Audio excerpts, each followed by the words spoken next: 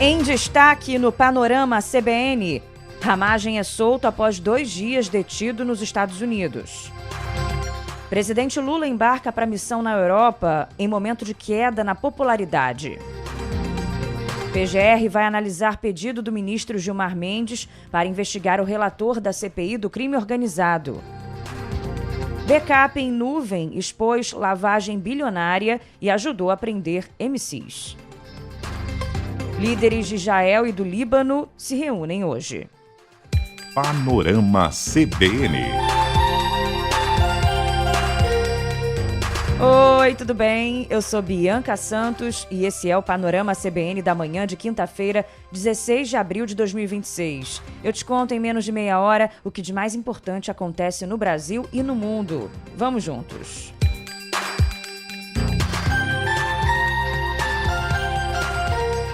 O deputado cassado Alexandre Ramagem deixou a prisão nos Estados Unidos e vai aguardar a análise do pedido de asilo. Foragido da Justiça, o ex-diretor da ABIN foi preso na segunda-feira na Flórida por questões migratórias. Nas redes sociais, a mulher dele, Rebeca Ramagem, publicou um vídeo para mostrar a chegada do marido em casa.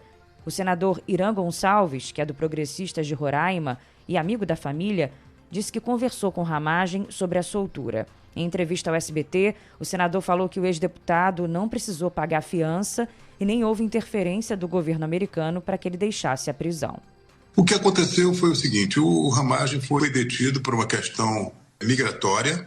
Na hora que ele foi abordado, ele informou que ele tem um pedido oficial de asilo ao governo americano e que esse processo estaria em tramitação. Como há vários relatos de pedido de asilo que são fraudulentos, o ICE resolveu deter o Ramagem e em menos de 48 horas foi verificado que se trata realmente de uma tramitação absolutamente normal e ele foi liberado sem pagar fiança nenhuma, está em casa sem nenhum problema. Alexandre Ramagem, vamos lembrar, vive nos Estados Unidos com a família desde setembro, quando fugiu do Brasil para não cumprir a pena por tentativa de golpe. Na segunda-feira, então, ele foi preso pelo Serviço de Imigração, mas a detenção não estava relacionada ao pedido de extradição que já foi feito pela Justiça brasileira. O bolsonarista alega que é perseguido aqui no Brasil e agora vai aguardar a decisão da Justiça americana sobre o pedido de asilo nos Estados Unidos.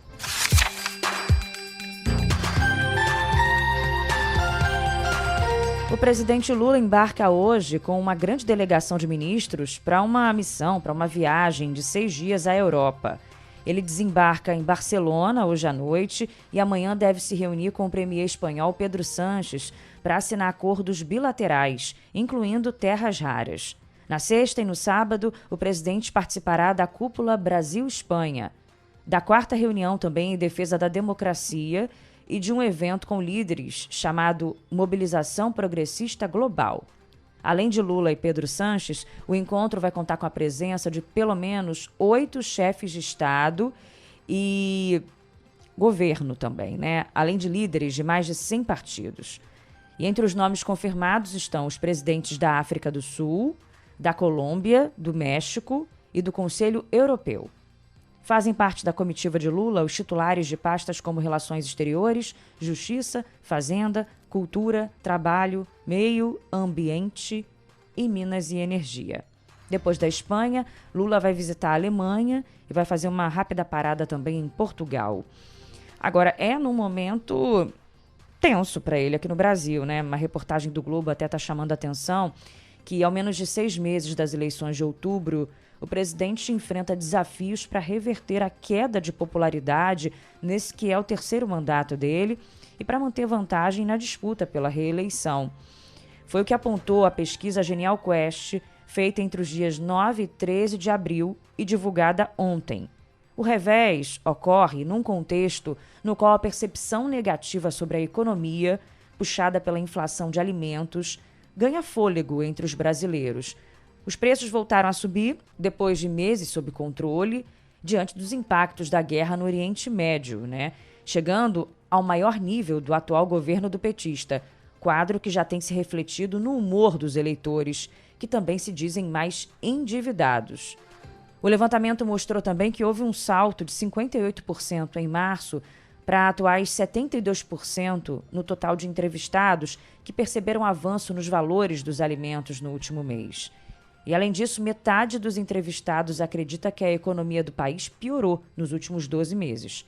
E a preocupação grande do brasileiro e do governo é o endividamento, como eu falei, há até um programa, agora novo, contra o endividamento. A pesquisa Genial Quest mostrou também que 72% disseram que tem poucas ou muitas dívidas. O índice que era de 65% em maio de 2025. Foram 2.004 eleitores ouvidos nessa pesquisa que indica que o cenário de pressão econômica impacta a tendência de deterioração da popularidade de Lula já observada nos últimos meses. Ao mesmo tempo, Lula perdeu a vantagem para os seus principais rivais na corrida eleitoral. Pela primeira vez, o senador Flávio Bolsonaro apareceu numericamente à frente de Lula em simulações da Quest para o segundo turno, embora ambos sigam empatados na margem de erro, que é de 2 pontos percentuais.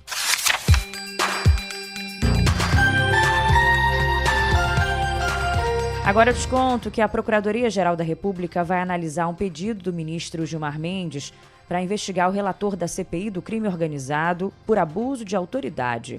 No relatório final, vamos lembrar, o senador Alessandro Vieira, do MDB de Sergipe, pediu o indiciamento dos ministros Gilmar Mendes, Alexandre de Moraes e Dias Toffoli, e do próprio chefe da PGR, Paulo Gonet, tudo no caso do Banco Master. O texto não propôs o indiciamento de mais ninguém. E mesmo que ele tenha sido rejeitado pela CPI por 6-4, continua rendendo. No ofício encaminhado ao Procurador-Geral, o ministro do STF diz que houve desvio de finalidade na condução dos trabalhos da CPI e sustenta que a conduta do senador Alessandro Vieira pode se enquadrar em tipos penais previstos na lei do abuso de autoridade. O ministro fala que a proposta de indiciamento incluída no relatório não tem respaldo em elementos concretos e foge do escopo original da CPI. Bom, no plenário do Senado, o relator da CPI, Alessandro Vieira, cobrou um posicionamento do presidente da Casa, Davi Alcolumbre, diante da postura dos ministros do Supremo. Eu estou sendo ameaçado e criminalizado por um voto, senador Davi Alcolumbre. E aí questiono de Vossa Excelência, qual será a postura da Casa? Será que o Congresso, o Senado, tem que se rebaixar tanto ao ponto de tolerar esse tipo de ameaça? Esse tapete azul e esse cargo exigem que a gente tenha coragem para fazer os enfrentamentos. O que eu fiz foi apenas uma apreciação livre, corajosa, de fatos notórios. Ou alguém acha normal carona em jatinho para ministro supremo? Ou alguém acha normal o recebimento milionário por parentes de ministro supremo? A atuação em processos onde não existe legitimidade para tal. Não é normal. Acho que cabe, por parte de Vossa Excelência e dos colegas, a atenção para o que está acontecendo, porque a pior ditadura possível é aquela contra a qual não cabe recurso, que é a da toga. Alessandro Vieira, você percebeu, não recuou.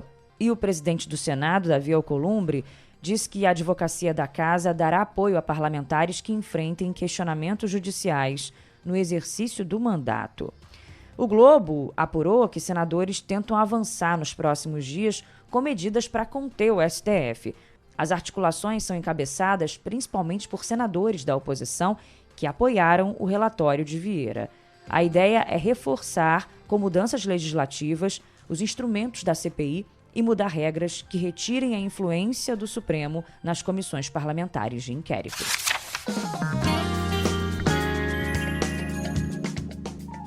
Sobre a economia, eu te conto que o governo propõe aumentar o salário mínimo de R$ 1.621 para R$ 1.717 no ano que vem.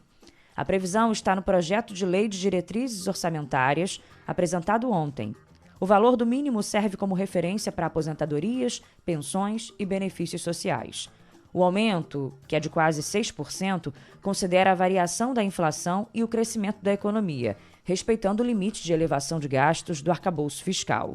Segundo a LDO, os gastos com benefícios previdenciários devem continuar subindo e passar de R$ 1,2 trilhão em 2027. O texto prevê um resultado positivo de R$ 73 bilhões para as contas públicas, mas deixa de fora da meta fiscal mais de 65 bilhões. Direto dos Estados Unidos, o ministro da Fazenda, Dario Durigan, disse que o governo vai perseguir a meta fiscal com pragmatismo e sem discurso ideológico. Há aqui um grande aperto em termos de despesa com pessoal, vai haver também outras estratégias em termos de incorporação dos precatórios também de maneira bastante cuidadosa e conservadora. Então a gente vai perseguir a meta de 0,5 de superávit o ano que vem e é assim que a gente vai resolver as questões fiscais do país, não com narrativa ideológica vaga que busca só polarizar na política, mas com compromissos pragmáticos que são atingíveis e é o que a gente tem conseguido em todos esses anos atingindo a meta fiscal.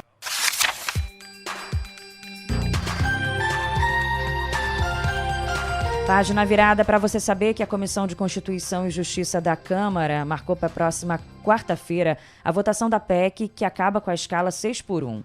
A votação do parecer favorável à proposta estava prevista para ontem, mas foi adiada após um pedido de vista. O texto tramita em paralelo ao projeto do governo enviado pelo presidente Lula ao Congresso, que também trata do mesmo assunto. Em ano eleitoral, governo e parlamentares disputam o protagonismo desse projeto para aumentar o descanso dos trabalhadores. E mesmo tendo feito um acordo com Lula, o presidente da Câmara reiterou que não vai abrir mão da PEC. Eu estou aqui dando seguimento ao cronograma já pré-estabelecido. Da mesma forma que é um direito do presidente mandar o projeto de lei com urgência, é um direito do presidente da Câmara decidir a tramitação das matérias legislativas aqui na Casa. E nós seguiremos com o cronograma de PEC, de proposta de emenda à Constituição. O presidente Lula recebeu ontem líderes das centrais sindicais com uma lista de reivindicações, incluindo o fim da escala 6x1. E a Comissão de Constituição e Justiça do Senado antecipou a sabatina do advogado-geral da União, Jorge Messias, de 29 de abril para o dia 28. Messias, lembrando, foi indicado pelo presidente Lula para ocupar uma vaga no STF e precisa ser aprovado pelo colegiado. Essa alteração atende a um pedido do relator, o senador Everton Rocha. Ele disse que foi procurado por outros parlamentares que argumentaram que a proximidade da data inicial com o feriado de 1º de maio poderia esvaziar a sessão.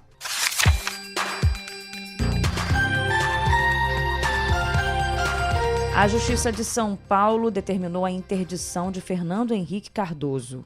A decisão atendeu a uma solicitação dos filhos, Paulo Henrique, Luciana e Beatriz, e em razão do agravamento do estado de saúde do ex-presidente, diagnosticado com doença de Alzheimer em estágio avançado. A partir de agora, Paulo Henrique será o responsável legal pelos atos civis, vida financeira e patrimonial do pai. Fernando Henrique Cardoso está com 94 anos. E, de acordo com a decisão judicial, a nomeação se baseia em relatório médico já anexado aos autos e na concordância dos demais familiares. O documento também destaca que havia uma relação de confiança prévia entre pai e filho, inclusive com a existência de procuração anterior. E agora a gente traz outros detalhes sobre a prisão de MCs ontem, numa operação contra um esquema bilionário de lavagem de dinheiro. Os cantores de funk MC Rian, SP e MC Pose do Rodo devem passar hoje por uma audiência de custódia em São Paulo e no Rio de Janeiro. Ou melhor, por audiências de custódia, né? Uma em São Paulo e outra no Rio. Os artistas foram detidos ontem pela Polícia Federal nessa operação que prendeu mais de 30 suspeitos de envolvimento nesse esquema de lavagem de dinheiro. O delegado da Polícia Federal, Marcelo Maceiras, explicou que uma das ferramentas de lavagem de dinheiro eram os shows dos funkeiros. Essas pessoas públicas com muitos seguidores conseguem movimentar grandes quantias sem chamar a atenção. Então eles são muito úteis e facilmente recrutáveis por essas organizações. MC Rian, que tem mais de 22 milhões de ouvintes mensais no Spotify, é apontado como peça central da organização. Segundo as investigações, o grupo lavou mais de 1 bilhão e 600 milhões de reais com bets ilegais, rifas digitais, tráfico de drogas e influenciadores. Entre os presos está também Rafael Souza Oliveira, dono do perfil Choquei no Instagram, que tem 27 milhões de seguidores. O influenciador digital Cris Dias, com mais de 14 milhões de seguidores, estava anunciando, horas antes de ser preso nas redes sociais, uma rifa de 19 centavos que prometia como prêmio principal um apartamento de R$200 mil. A operação resultou na apreensão de veículos de luxo avaliados em pelo menos 4.800.000, podendo chegar até mais, a quase 7 milhões, segundo estimativas com base em modelos recentes de mercado. A PF informou que o ponto de partida da investigação, isso aqui é curioso, tá? Foi a análise de arquivos armazenados no iCloud da Apple, do contador Rodrigo de Paula Morgado, que foram obtidos numa operação anterior. Os dados revelaram uma organização criminosa autônoma e dissociada daquela investigada inicialmente, e essa dedicada à lavagem de dinheiro em larga escala.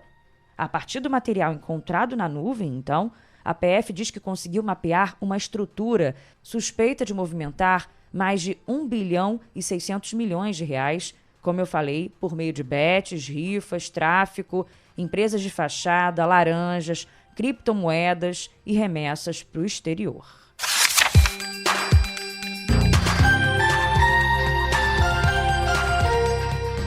Eu te conto agora que o estado do Rio está passando por uma devassa na administração pública determinada pelo governador em exercício, Ricardo Couto. Com isso, a Controladoria Geral do Estado deve receber nas próximas 2 semanas uma montanha de documentos para analisar em apenas 45 dias. Os técnicos terão que se debruçar sobre 6.758 contratos ativos com valores acima de 1 milhão e mais de 13 mil procedimentos feitos sem licitação nos últimos 12 meses. O pente fino está acontecendo em todas as secretarias, autarquias e empresas públicas, para que sejam verificadas eventuais irregularidades nas contratações firmadas na gestão anterior. A auditoria também vai focar na folha de pessoal. Nos últimos 5 anos, o número de comissionados, que são os funcionários indicados por políticos, aumentou 47% no governo do Rio. Bom, o presidente do Tribunal de Justiça assumiu o governo fluminense no dia 23 de março, após a renúncia de Cláudio Castro, e porque o Rio não tinha vice e porque o presidente da Alerj já estava afastado e foi preso, inclusive, Agora, enquanto o STF decide quem assumirá o posto no possível mandato tampão antes das eleições de outubro, e se isso vai acontecer, o desembargador Ricardo Couto continua e arregaçou as mangas para trabalhar. Sobre o ex-governador, o Cláudio Castro, depois da renúncia, ele foi afastado por irregularidades nas eleições de 2022, E agora ele entrou com um processo interno no governo estadual pedindo R$ 142 mil de indenização por férias não retiradas.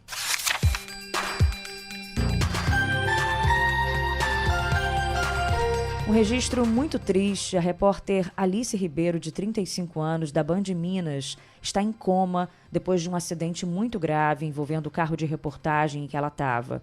Foi ontem na BR-381, em Sabará, região metropolitana de Belo Horizonte. O repórter cinematográfico Rodrigo Lapa, que estava dirigindo, morreu no local do acidente. Ele tinha 49 anos. Uma tristeza mesmo. Alice está internada na UTI de um hospital na região centro-sul da capital mineira. Ela passou por exames que constataram traumatismo craniano, além de fraturas no corpo. Foi uma batida muito forte, uma colisão frontal com um caminhão. E olha só, a equipe retornava a Belo Horizonte após uma reportagem justamente sobre a importância da duplicação da BR-381 para diminuir o índice de acidentes.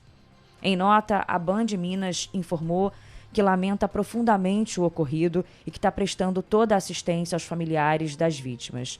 Disse que está aguardando as investigações. E a Polícia Civil requisitou a presença da perícia no local para coletar vestígios que vão subsidiar a investigação. E informou também que vai apurar a causa e as circunstâncias do ocorrido.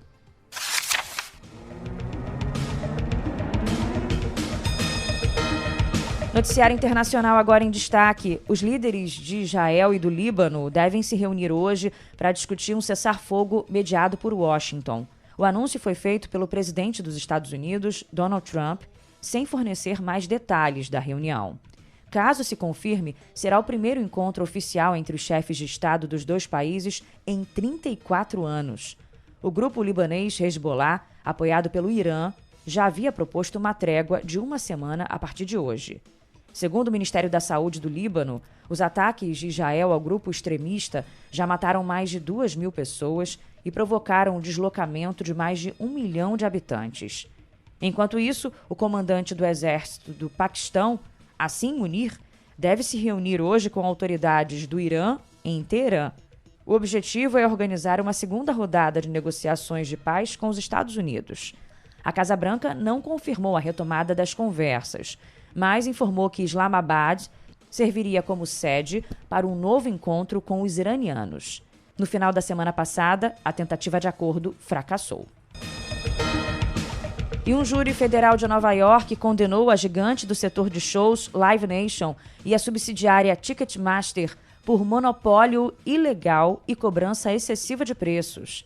A ação foi movida por uma coalizão de 33 estados americanos e a capital Washington. O juiz que supervisionou o julgamento ainda vai calcular o valor do ressarcimento e quais medidas serão adotadas para corrigir o monopólio. Os estados pedem até 700 milhões de dólares. O advogado da empresa disse que está decepcionado com o resultado e sinalizou que vai recorrer a instâncias superiores. O novo julgamento sobre a morte de Diego Maradona, retomado nesta semana, terá hoje o depoimento de uma das filhas dele, Giannina Maradona.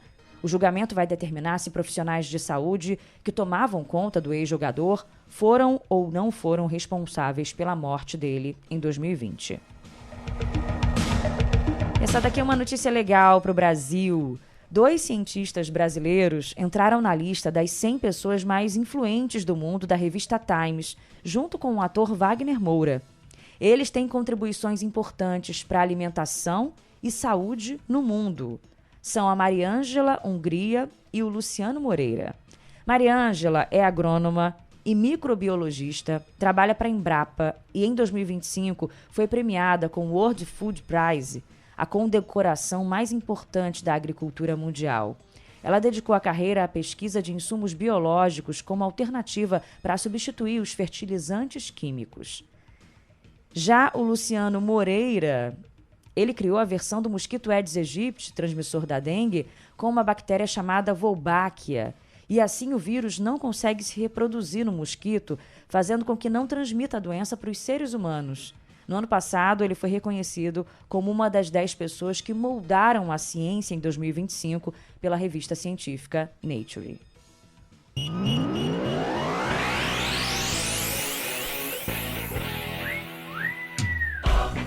No futebol, o Corinthians venceu o Santa Fé da Colômbia por 2-0 em casa pela segunda rodada da fase de grupos da Libertadores.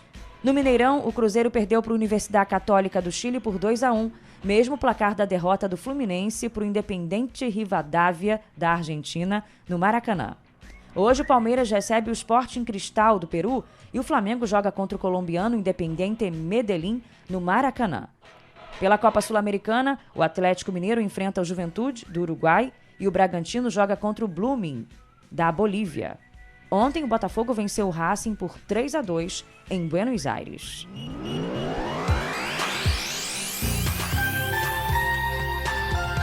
E assim a gente encerra o Panorama CBN da manhã de hoje. Eu, nosso DJ Reginaldo Pires e o editor Edmilson Fernandes. Convidando a sua participação. Você pode falar comigo e mandar música para o nosso Sextou amanhã, lá pelo Instagram, biancasantos.bia, por e-mail também, bianca.santos@cbn.com.br, ou então pela caixinha de comentários no Spotify. Sua participação é muito bem-vinda. Um beijo, obrigada pela companhia e até amanhã.